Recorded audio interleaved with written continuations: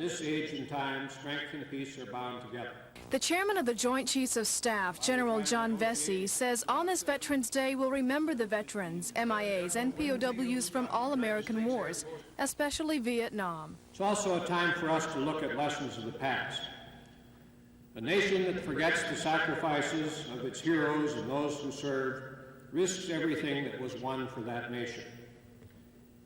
I believe that one of the most encouraging signs of our renewed spirit as a free people is the recognition we have at last extended to those who fought and died in Vietnam.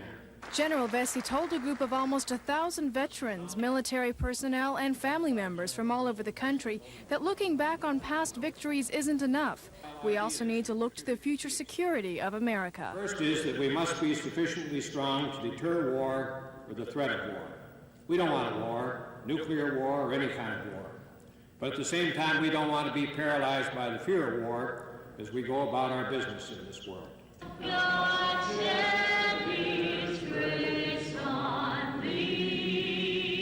General Vesey says Veterans Day is a time to remember those who died in the name of freedom, and that the price of freedom is high, but that it's better to pay it now in money than later in blood. Terry Stanton, WSFA TV News, Birmingham.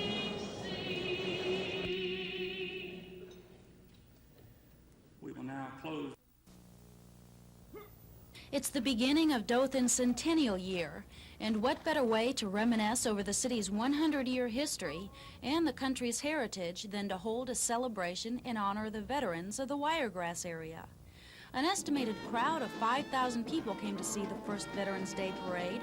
It took 3 weeks of preparation to organize this entourage of floats, bands, and marching units. The parade ended its procession at the Civic Center. A wreath was placed in front of the Veterans Memorial, followed by a 21-gun salute by the Fort Rucker drill team.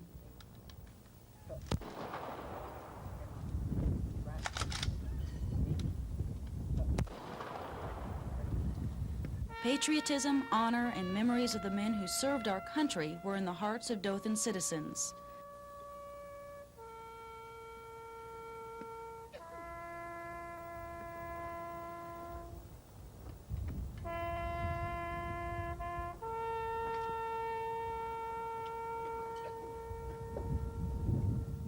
Christy Steves, WSFA TV News, Dothan.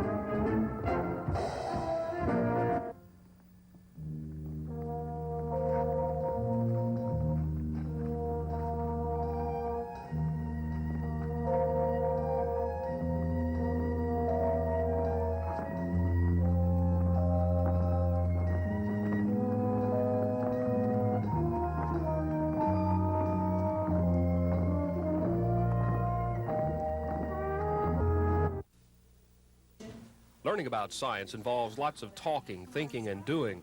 No longer are the hands-on experiments reserved for upper classes. These 5-year-olds are enthusiastically involved in learning about the world of science, and these first graders get an up-close look at the animal kingdom with a visit to the Montgomery Zoo. It's a method known as spiral curriculum. Even the young children experience things that are from physics or from the world of chemistry and biology, but taught at their level. And then the following year, other concepts that they can handle will be taught. Montgomery schools have had a structured elementary science program since the post-Sputnik 60s. This year, however, the students have a new series of textbooks that go beyond words and photos to include computer software and experiment packages. The microcomputer is another part of science education in the elementary grades. Each student is acquainted with the basic operations of a computer and how to write simple programs. Computers are also used to drill students in other subjects. All this doesn't end with computers and field trips. Montgomery school officials are working on plans to bring students even closer to science with a concept known as the Invention Convention. Dennis Latham, WSFA TV News. When students enter junior high school, how and what they learn about science makes a great change. All 7th grade students are required to take biology, one of the life sciences. But unlike the elementary method, here biology is taught as a separate class by a teacher who has had very specific training in that field. Back in the late 1950s, when the Soviet Union orbited the first man-made satellite, most schools were ill-prepared to bring U.S. students up to date in science training. In the mid-1980s, there's a new emphasis on science that Montgomery educators say they're prepared to meet. At the time of Sputnik, very few school systems that I know about were accredited, for example. Today, we're in a different position.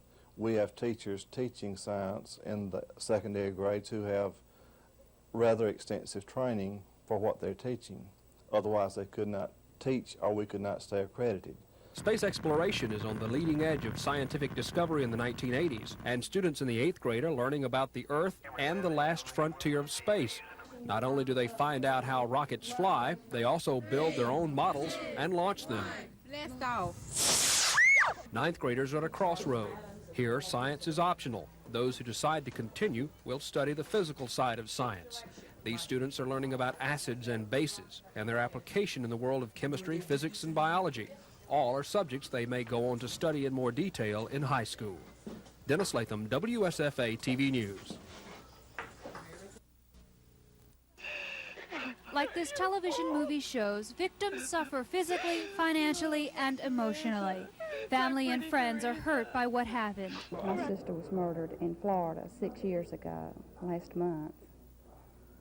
What was the emotional impact of that crime on you? It's very devastating. It's really hard to describe. In this story about a real-life assault, the victim goes on to form a new organization for everyone out there who is or may become a victim. Locally, there is the group called Vocal to help meet victims' emotional needs. In fact, when Vocal was formed in 1982, I knew then that I would be a part of Vocal because I could see the pain of victimization on their faces when I met some of them, and that has certainly been very helpful to me. It's not a pity party, as some might think, but it's very helpful to share and have the catharsis experience of being able to share those experiences and get the support from people who have been through similar experiences. Susan Silvernail, WSFA TV News. Millions of Africans face death from starvation even as plane loads of food and assistance pour in, most from recognized relief agencies like the Red Cross. In Montgomery, as many as 25 people have volunteered donations to help. The cost of shipment of food to that area is such of an expense that it's easier to procure it from that area rather than ship it there. And cash contributions will give our organization the ability to purchase food there, and of course we're shipping some over there, as I understand. But our story is not of the Red Cross, but of the Reverend Houston Anderson of Selma and his crate of food. A single man and a single crate, sitting in a parking lot with a homemade sign. It's just a little bit, but what would happen if all of us joined in a spirit of concern to help those people that are starving? Feeding the hungry is Reverend Anderson's life. He runs a soup kitchen, feeding as many as 100 hungry Selmans every day. To him, Selmans are no different from Africans when hunger is involved. Getting Selma to react was easy. The problem is shipping a crate of food and clothing 7,000 miles away. He's trying to find an agency that will come and get the crate. But in his organization, the first obstacle is waiting your turn for the phone. From there, the obstacles are numerous. Apparently, they are off for the holiday. But determination sees no blockade, and Reverend Anderson says he will find a way to succeed. That box will be on its way no later than the sun goes down tomorrow. Chris Grimshaw, WSFA TV News in Selma. These are some of the 25 proposals now before the committee. Committee members must soon decide on a plan to present to the entire legislature next year. We have a wide range of proposals to look at. This committee's purpose then will be to center upon one plan and introduce it in February. Lawmakers know if a new plan isn't drawn up by next November, the federal courts will redistrict the school board. Another guideline, the new plan must include at least one predominantly black district. Committee members are now leaning towards a 9-district board with 2 black districts. Somewhere in the neighborhood of the 9-district plan, I think that we should be able to not please everybody, but please enough. But at least one East Alabama lawmaker is concerned about what the proposals would do to his section of the state. The ones that take Barbara or Russell or Barbara and Russell and run them to the Mississippi land, I can't live with that. I don't think a lot of these other legislators in here can. This committee's work in Eufaula is not over. Tomorrow morning, committee members will meet behind these doors with area lawmakers in an attempt to work out as many problems as possible before a plan is submitted next year to the Alabama legislature. Cal Calloway, WSFA TV News, Eufaula.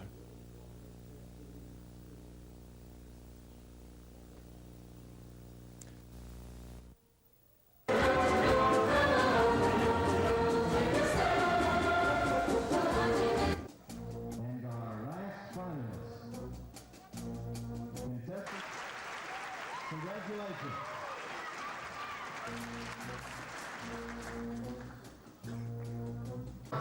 For the past 8 years, he's the owner of a portrait wedding.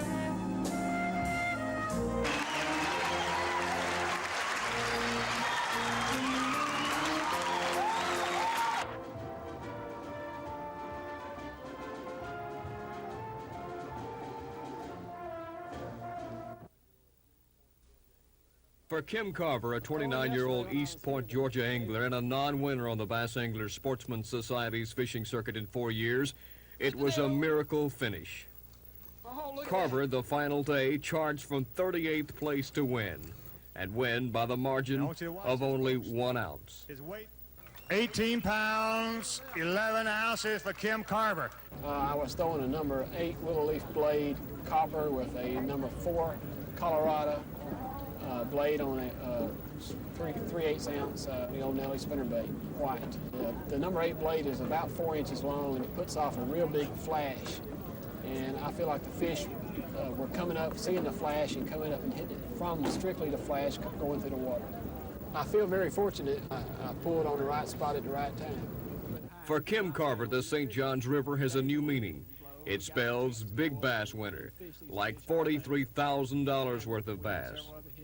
For the Bass Anglers Sportsman Society, this is Dan Black reporting from Palatka, Florida on the St. Johns River. There's several blowdowns.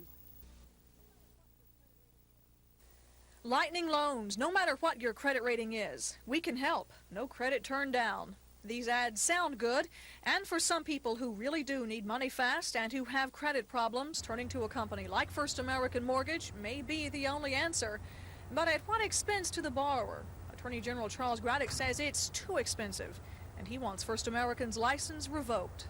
And we've done it on 2 grounds. One, because of the what I consider a course of conduct that is unconscionable, and 2, the fact that they're not refunding money on prepaid loans on the finance charges. Local attorney Julian McPhillips has 11 cases pending against First American Mortgage. The case of Aretas Davis has already gone to court. They received a loan from First American Mortgage Company which included an origination fee that was non-refundable, and that origination fee was a large percentage of the entire loan. And the fact that it is non-refundable, we have claimed, and Montgomery County Circuit Court ruled, was unconscionable and also illegal. Each of the defendants claims the facts were misrepresented to them, that they weren't told how the interest rates were computed. They are not told that you're going to be paying interest on discount points is what it amounts to. Lawyers for First American Mortgage Company say since the case of Aretas Davis is still on appeal and since they filed a motion for reconsideration, they have no comment. And banking officials say until the courts rule, they'll take no action on the Attorney General's petition. Gina Gregory, WSFA TV News.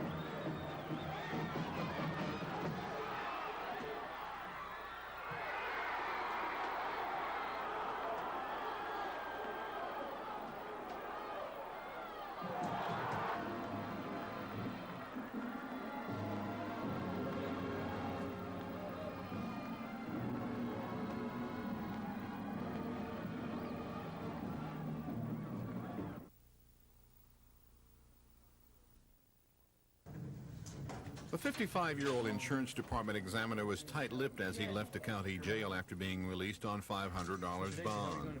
The 7-count indictment accuses D.C. of using his influence as a state examiner to obtain 2 low-interest mortgages used to buy 2 condominiums near Gulf Shores. Specific charges against D.C. include securing a $45,000 loan at 11% interest and another $50,000 loan at 12.5%. At the time of his release on bond, D.C.'s attorney Richard Jordan said he hadn't seen the indictment, but his client had already decided on a plea. We've not even been provided with a copy of the indictment yet. Mr. Dacey has been processed. We understand it's an ethics law violation, and to that, if that's the case, we're going to plead not guilty, and that's the only comment we have on the thing. Today's indictment of D.C. is the second this year for an insurance department employee. Joe Holt was convicted by a Montgomery County jury on August 23rd of tampering with government documents. This is Norman Lumpkin, WSFA TV News at the Montgomery County Courthouse.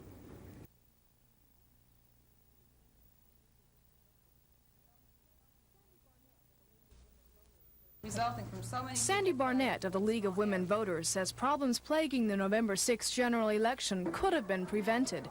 Aside from extremely long lines, she says one of the biggest problems is that people, especially the elderly, weren't familiar with the new electronic voting machines. The time to explain the use of the machine and the confusion of the voter in using the machine contributed to the problem of the time spent by voters in line. But while the Montgomery County Commission admits there were problems, they say they've done everything they can to educate voters on the new machines. We had it on the cable, and we had 3 previous experiences with that voting machine. Now, if people were having problems with it, it's because they were not interested enough to look anywhere.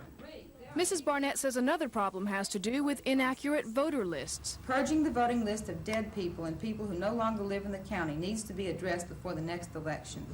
Allocation of voting machines and the expense of sending precinct cards to voters who are dead or no longer live in the county, as well as the extra effort expended by the Board of Registrars, demands the immediate attention of Montgomery County officials. The voters themselves have a great responsibility in this. You touched on it. If the people of Montgomery County would wake up and start changing their addresses and getting their addresses correct on their voters list, we'd eliminate about a third of this problem right then. Ms. Barnett suggests they form a bipartisan committee to deal with these election problems, and she hopes they'll be able to work those problems out before the next election in 2 years. Terry Stanton, WSFA TV News.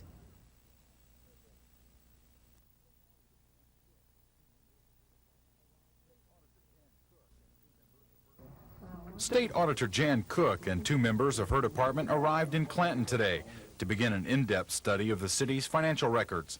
Cook says the City Council requested the audit, when they learned that for fiscal 1983, there was a large amount of money missing from the city's general fund. Well, the amount of money will be probably in the neighborhood of $150,000, and the problems have just been myriad. Couldn't tell you how many problems it's caused. Cook's team says the auditing process could be hampered by a lack of records, and they say the records they've located have not been kept properly. We're going to come in and try to help Clanton set up some books for the next fiscal year. We also plan to look at perhaps the past year. For the past 2 years, we've had some difficulty in keeping up with our records and purchasing and things of that order. And I've asked Ms. Jan Cook, State Auditor's Department, to come in and help us set up books for 1985. The Attorney General's office has confirmed it is investigating the city's finances as well. But Janie Nobles of the AG's office says it is too early to release any details. Cook says the completion date of her department's audit will depend on how far back in the city records they have to go to find some answers. The Attorney General's office says that it could be after February before this case goes to the grand jury. Dean Argo, WSFA TV News, Clanton.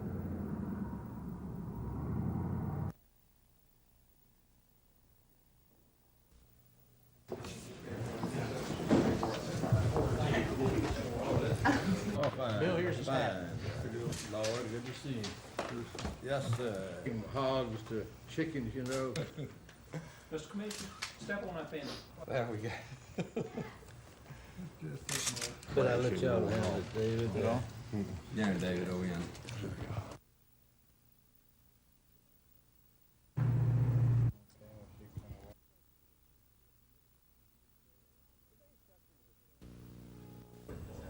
Today's session was a chance for committee members to meet with area lawmakers, to look over redistricting plans, and hear any concerns the legislators might have. If you can anticipate problems and handle them now, it'd be better than waiting until the bills in committee or on the floor of the House are ready to be voted upon. A number of lawmakers turned out for last night's public hearing and voiced concern about what redistricting would do to their sections of the state.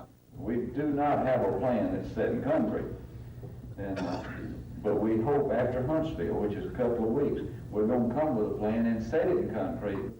There's no way that this committee is going to be able to satisfy 128 school districts in the state of Alabama right now. Elba School Superintendent John Osborne attended both sessions in Eufaula. He's impressed with the amount of work done by the committee. It's certainly the decision that they will make will certainly not be made on minimal information. It seems like they've maximized their efforts in making a decision. After a final public hearing in Huntsville, the committee will present a plan to the full legislature in February, a plan which will include at least one predominantly black district. If the legislature can't agree on the plan by next November, then the federal courts will step in. Cal Calloway, WSFA TV News, Eufaula.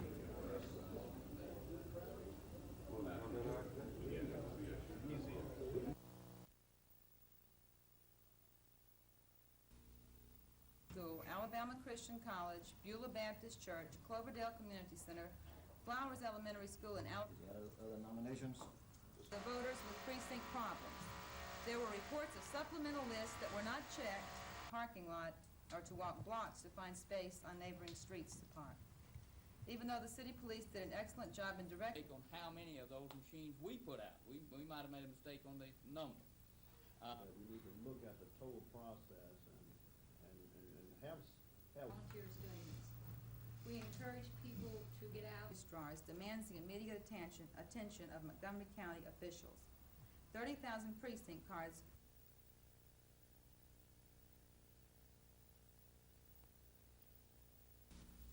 Entering such contracts have also run into good credit. 4, India's responsibility for changing over acquisition.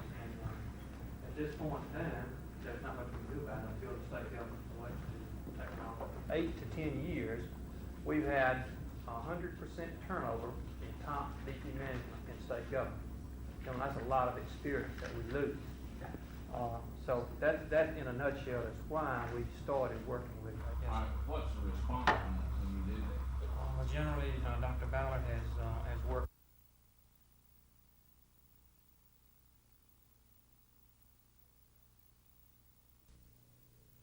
take some action to correct. Right.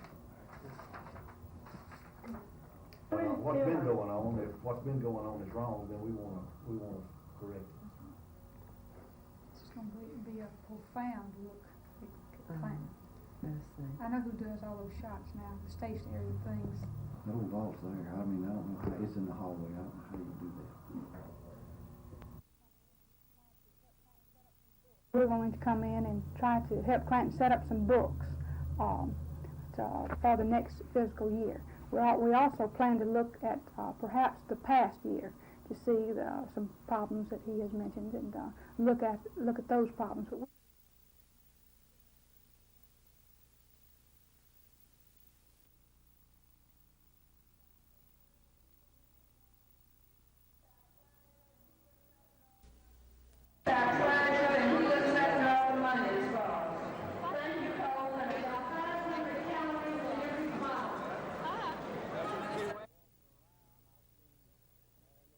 Walking around, I've seen marinated chicken, I've seen pizza, I've seen crab meat au gratin, I've seen corned beef rounds, steamship rounds, I've seen some wonderful desserts, cakes, I've seen pâtés of all kinds, I've seen all the beverages someone would wish to have, I've seen fine Italian food, Mexican food, and I'm looking at a beautiful cake right now that was for our 10th Taste of Montgomery.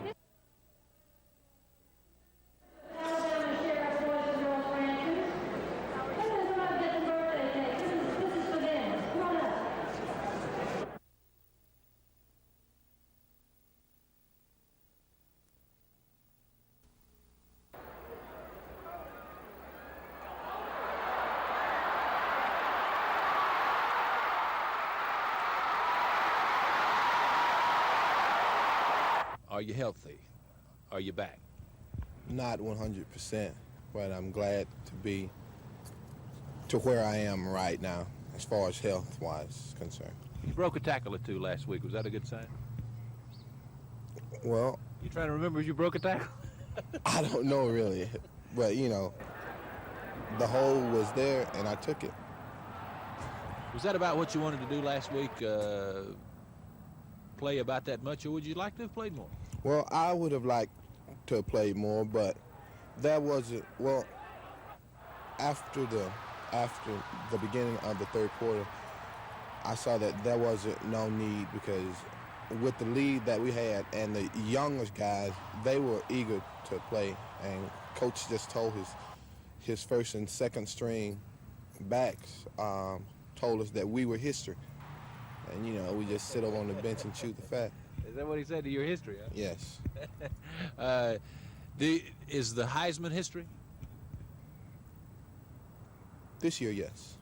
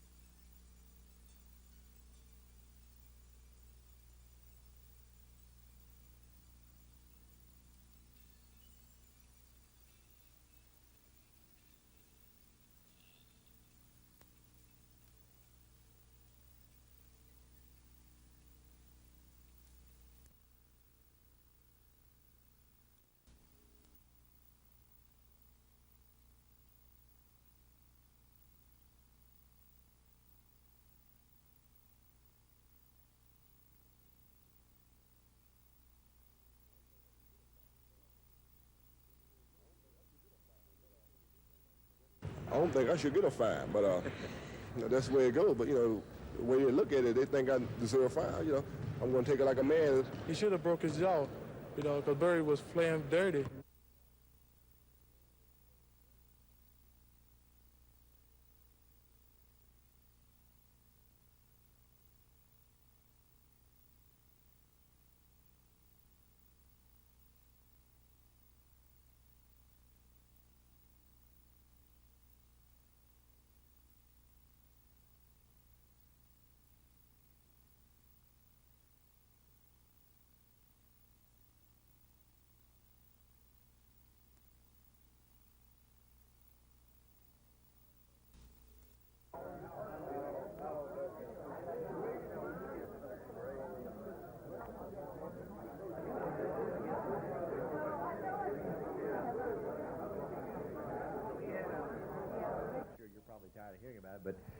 What's wrong with the Cowboys?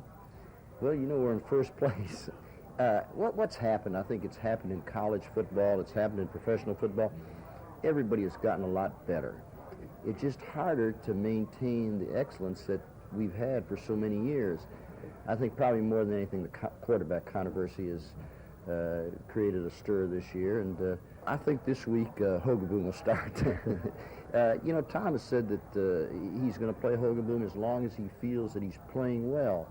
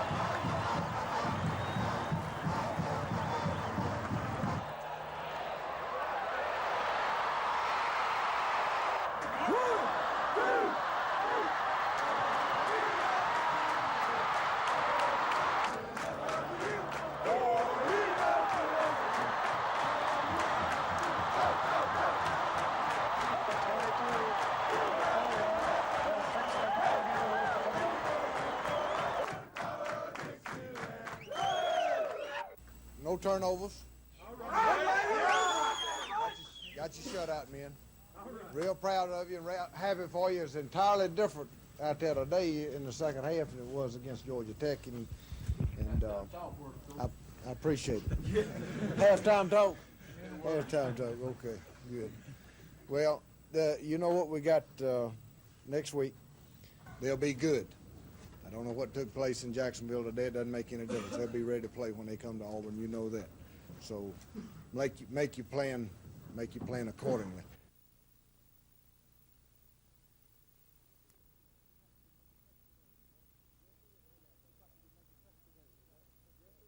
Looks like you could make your cuts today. Was it better? Yes, it was a whole lot better. The guy that taped up very well and went out there, and I was determined, you know, to play on the ankle, you know, just get everything going right, and it came around. You know, we've got a big game coming up in Georgia. I don't think, you know, you can't overlook Cincinnati, but, you know, I think we played hard and the effort was good today. You know, Robert, I don't believe you can kick a 53.5-yard field goal. I was real lucky on that one. I'm glad the Lord was with me on it. It really had nothing going for me right on it. I was late getting it off and almost got blocked. Well, you didn't hit it really well, huh? It was off the toe of my foot, but... Did you see it bounce on the crossbar? At first when I hit it, you know, I thought it had good distance on it, so I was kind of scared when it hit, but I'm glad it went through. You know, we needed to get on track for Georgia next week and Alabama, you know, the following 2 weeks. If we're going to stay in contention for the Sugar Bowl and SEC Championship, we've got to get better every week, and I think we got a little bit better this week. We had a challenge this week to get ready to play against Cincinnati, even though the record wasn't very good. And instead of coming out and just doing just enough to get by and win, I think we came out and got our momentum going, and hopefully, if things will fall right, we still have to try the Sugar Bowl. Well, you got a sack, huh? Yeah, I got 2. Feel good? Yeah, I feel real good. You back healthy now? Yeah, I'm back right. Just in time, because you got to go against a team you've heard of next week, huh? What do you think about this team? Well, I respect him. I got a teammate on that team. He'll be blocking me, and you know, I'm going to get all my all because I'm from Georgia, and I got something to prove. Well, anytime you can get a shutout, it helps. Certainly, I don't know if it'll help for next week or not, but it helps us overall. And we've needed it all year long. We've had a chance in some other games, but never been able to do it. And to put it together the second half like we did, I'm proud of them. We got a lot of folks to playing, and I guess everybody we had out there that was eligible to play played. We weren't holding out. It helped us out, especially the defense. It's going to, you know, give us a chance to really pull together and, you know, let everybody know that, you know, we can play as a team because we're going to need this going up against Georgia. They're, you know, strong football team.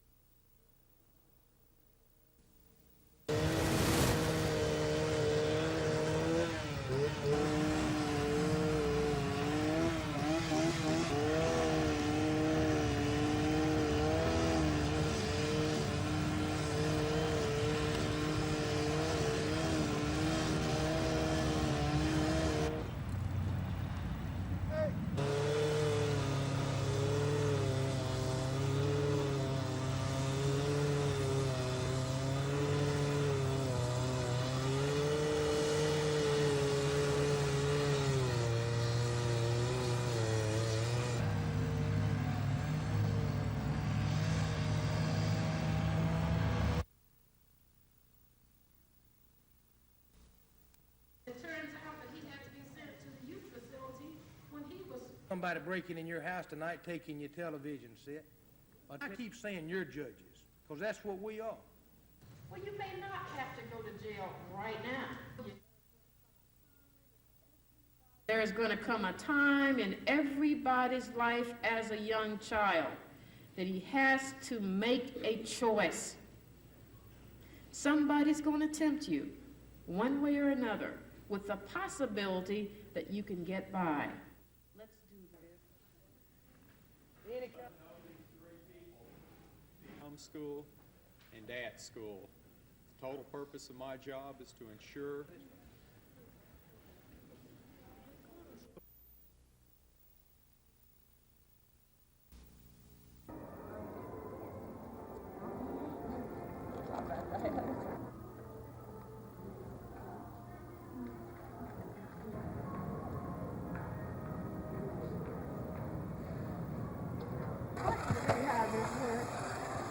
Anytime that it hits anything, it'll climb up, and then the ears make it.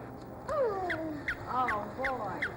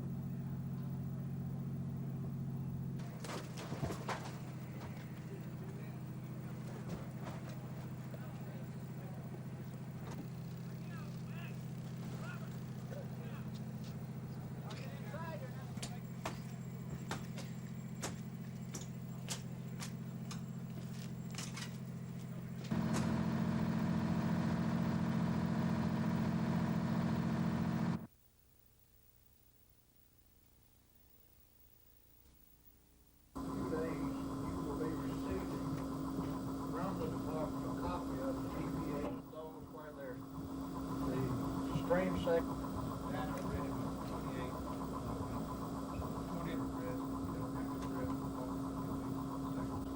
About a week or 10 days.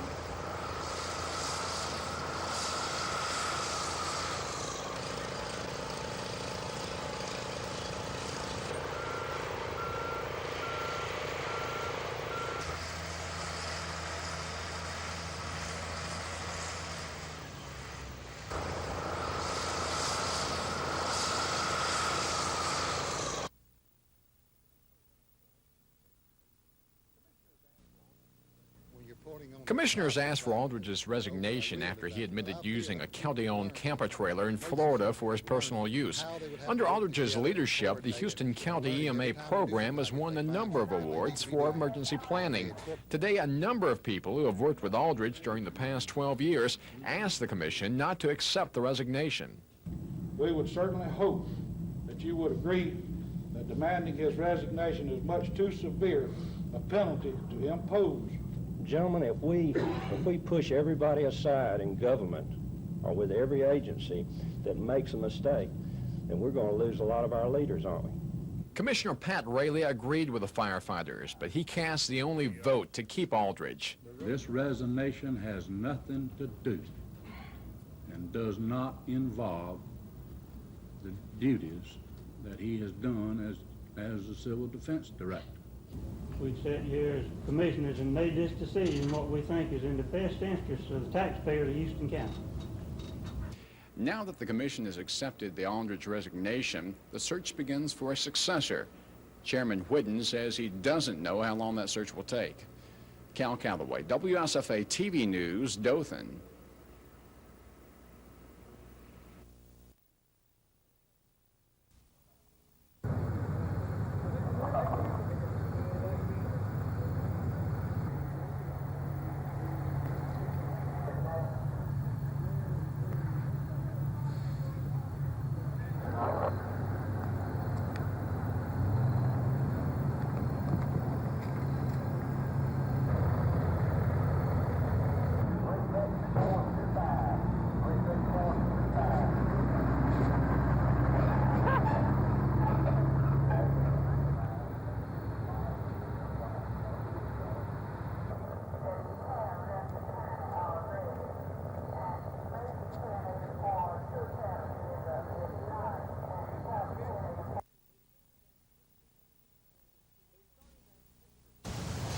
They started as picture books to tell the story of man and of God to the illiterate churchgoers of the Middle Ages. Now, centuries later, stained glass windows are an art form of unexcelled beauty. And it's an attempt to protect that beauty that's underway here.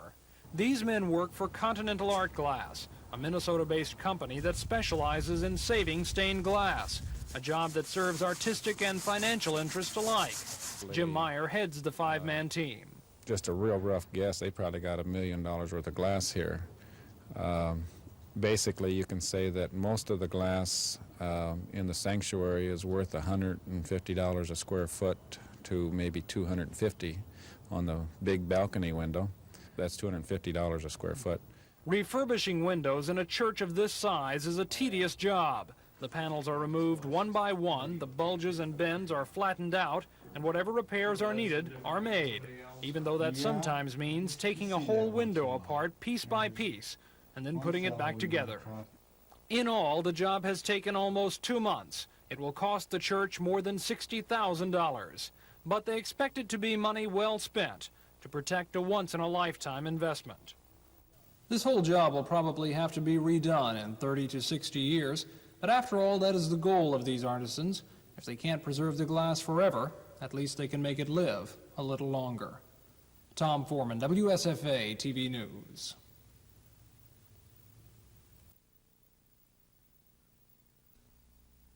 Responsible for getting the liability insurance, to cover them. What are you going to do? They can't make it. There's plenty of other means to get around. Friends on the city level. Because what would you do about people who live in Prattville and Millbrook and come here to work? Organization, or your damages done to your buildings, properties, cars, whatever. Insurance, you require the least amount of insurance that you can hold on a car. Okay, so. Okay, so. Giving a chance for all the kids in the city to prove to the adults that we're just not, a bunch of kids, but we have problems and issues and ideas of our own, and it's a great opportunity that we're given a place to express these views.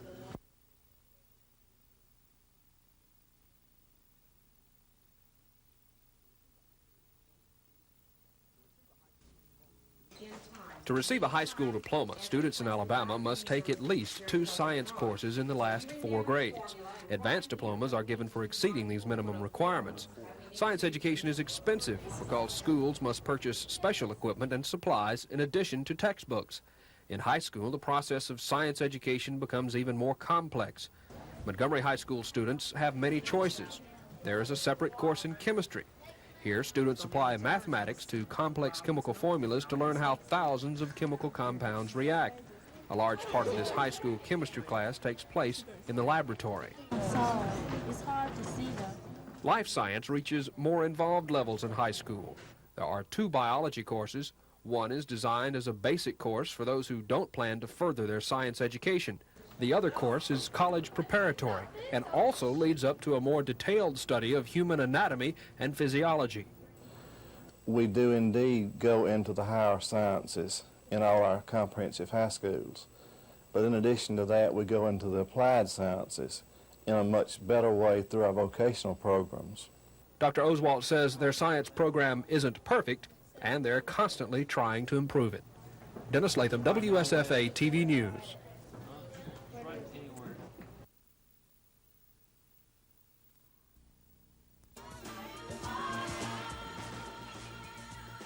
Pumping iron, jogging, aerobics, get in shape, lose weight, tone up, join up. We're bombarded with health spa ads on television and in newspapers urging us to take advantage of tremendous deals that are only once in a lifetime and all for a low price. And most of us are tempted because we want to look our best. We want to be healthy, and joining some kind of a health club seems like the best route to regular exercise. But before you join, before you sign the dotted line and start pumping the iron, there are a few things you should consider first. What are the spa's fees, contractual agreements? What about the facilities? Is the equipment in good condition? Is the area clean? And is there enough room for you to exercise? Find out. Some people don't. 1 month they may be offering a $9.95 special. Of course, that's not just for a month. Of course, that continues over a period of time. Alabama has a strong consumer protection law. Part of it deals with how health spas can operate in the state. It states that a consumer has 3 days to cancel a health spa membership, and that does not include weekends and holidays. Spas that opened up after August of 1984 have to post a bond through our office. We had a tremendous problem with spas that went out of business and closed down after selling sometimes lifetime memberships. Gina Gregory, WSFA TV News.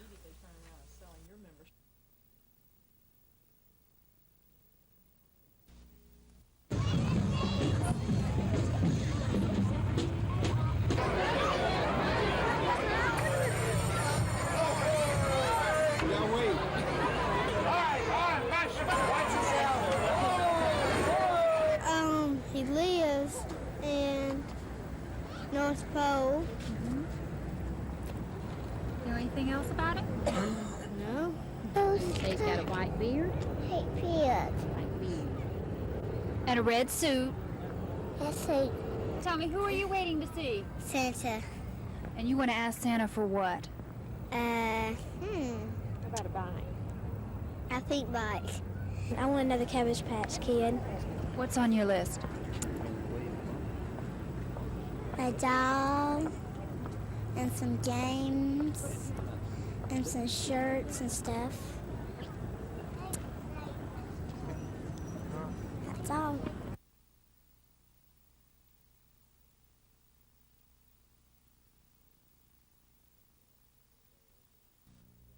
You know, they are younger offensively than they've been, but they're still good. They've got a big, strong offensive line. They got, a new weapon in Andre Smith at fullback that's broken some long runs this year and is very dangerous. And got great wide receivers. And they're just a good football team. I know just about everyone on the team. And the backup fullback, he graduated with me, and he was supposed to be the next Herschel and things like that. And I really want to do good against him so I can go home and mess with him and his family.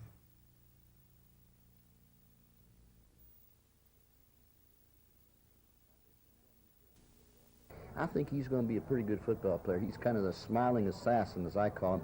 He's always smiling, but he's always going out to hit somebody. A very, very fine athlete. I think he's got a pretty good future with us. Now, he's just been moved to offensive guard. He did not start there. No, he's just been moved during the season, and I'll tell you that is really tough because he's never really played there. And it's tough to pass block when you've done it for 3 years. He's learning it every day against Randy White.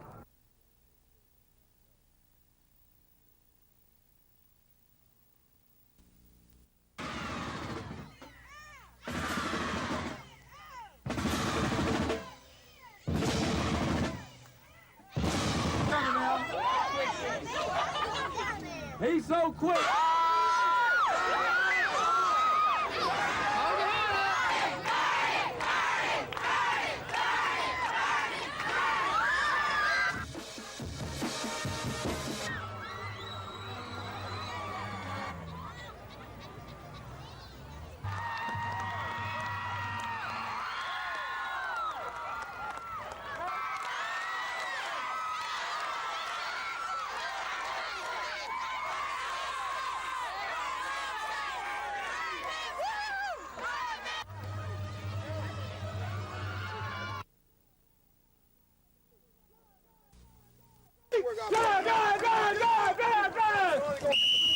Boy, Joe. 4 weeks ago, Selma coach Gary Atkins called the Saints' victory over Carver of Montgomery the biggest win in Selma high school history. Anthony Thompson returned the opening kickoff 80 yards for a touchdown in the Saints' 18-7 victory, their 4th in a row.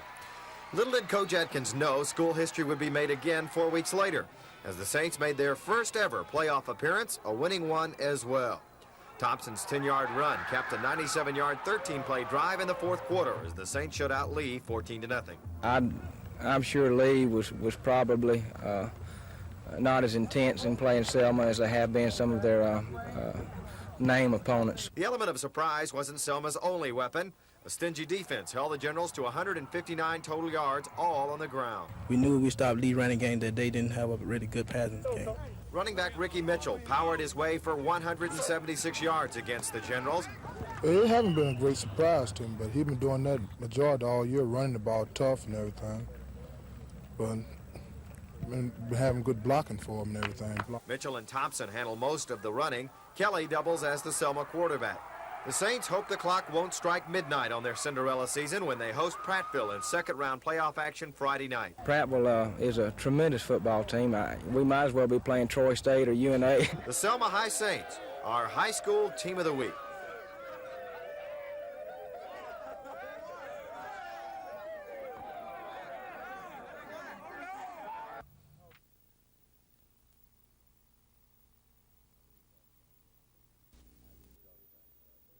I can't talk about it, but I sure am happy, I'll tell you that.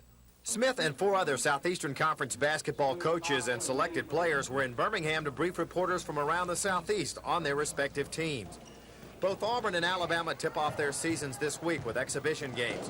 Thursday night, the Tigers play host to Marathon Oil. I'm ready, and the team is ready, and we're very confident that we can win now. We have 8 or 9 guys ready to play, and we're very enthusiastic about the season. Alabama, meanwhile, faces athletes in action Friday night in Tuscaloosa. We're going to be ready to play. We've been having some good practices, and we just get tired of playing against our own selves. Neither the Tigers nor the Tide are preseason favorites to win the Southeastern Conference basketball championship. That pressure falls on someone else's shoulders. I think there's one team that just stands out above the rest. In my estimation, I think it's LSU.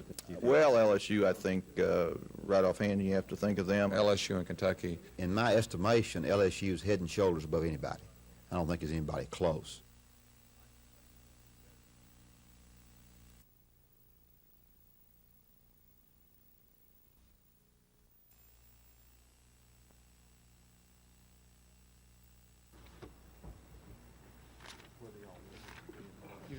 You need to know when the next administrative monthly is published, don't you? Yeah, that. It's my opinion that we have in that this does comply with the.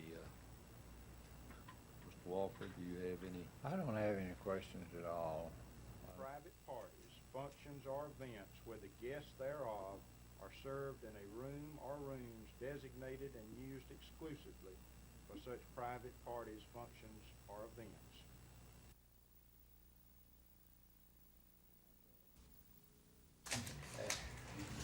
And handle this for. Well, I don't have anything to give. On the board of trustees at Tuskegee. Is that right? That's right. I served 2 years in the crowd, you know, and they couldn't find you. Were not old enough to remember. You got some folks from Tennessee with you? Oh, I know. I wrote John a note and I said, John, when you draw some crowds, I'll debate you.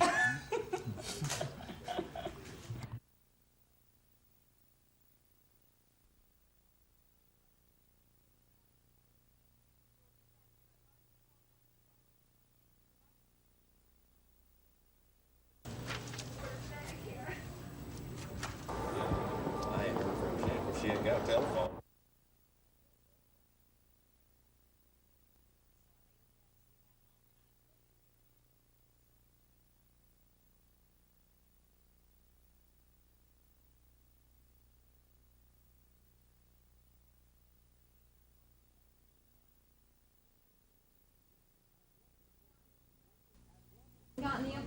At Blunt Incorporated, workers trying to break the smoking habit were treated to an early morning pep rally. There were balloons and pats on the back for people like Chip Hubbard, who put away his ashtrays and lighters, he hopes for good. I've tried to stay more physically active today by doing more walking than I normally do. I probably will do a lot less paperwork today and a lot more visiting with people, probably trips to the water fountain. 99 FM with Bob Jackson reminding you November 15th, which is today. It's a holiday from smoking, so throw those cigarettes away. At a local bank, customers were treated to free smoke-out survival kits and refreshments to help them break the habit, or as in Karen Johnson's case, at least cut back. I really need to, at least about a half a pack per day. Okay. But in the meantime, I just munch my goodies until I'm allowed to smoke, okay? Last year, almost 36% of the smokers in this country tried to give it up at least for one day. Only 4% made it past that point. But while breaking the habit isn't easy, Julia McVeigh, who was a chain smoker for 35 years, says it can be done. They weren't doing me any good, so I laid them down to see how long I could do without them. So I've done without them ever since. If I can make it one day, I'll try 2, from 2 to 3, and so forth. But I know it's not going to be easy. I know I can. You know, it's wanting to is the thing. Tom Foreman, WSFA TV News. Usually it seems like if I get under pressure.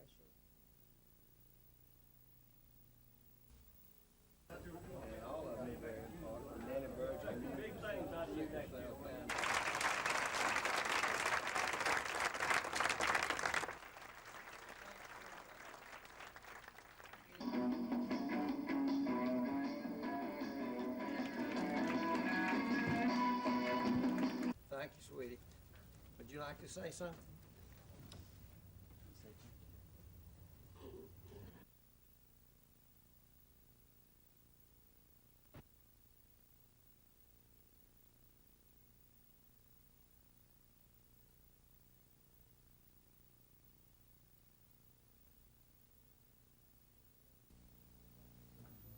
As of the 6th day of this month, Enterprise is wet.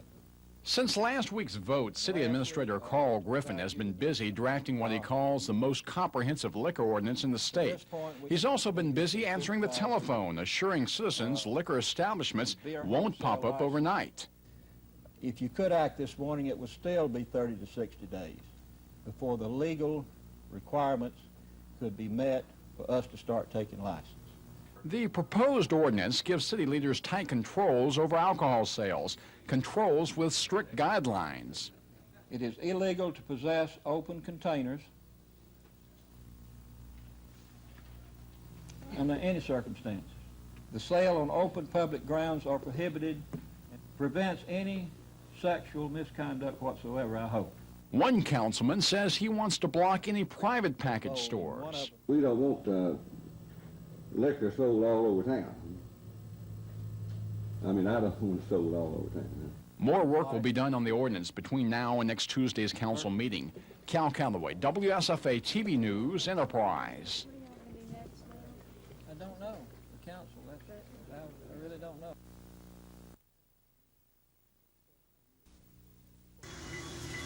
For 9 years, Baptist Medical Center has been admitting as many neonatal patients from the southeastern part of the state as it could handle. That was about to change December 1st when the hospital, claiming it's losing money in the unit, planned to turn everyone away except Montgomery area patients. But Hospital Executive Vice President Charles Bentley says since their original announcement, various agencies, lawmakers, and the public have shown more interest in solving the problem. We hasten to point out that the problem still exists. We believe that by removing the deadline, we show our good faith in their efforts. Bentley says they've been trying to educate everybody about this problem for years, but this kind of action got more attention, yes. Bentley says there won't be any more deadlines for the foreseeable future, but he cautions that his board of directors will monitor progress toward solving the problems and react accordingly. The announcement comes one day before hospital and Medicaid officials go over the findings of a month-long audit of the neonatal unit. When the hospital first announced cutbacks last August, it led to sometimes furious battles with the state Medicaid agency. Neither could agree on whether the unit was actually losing money. Chris Grimshaw, WSFA TV News.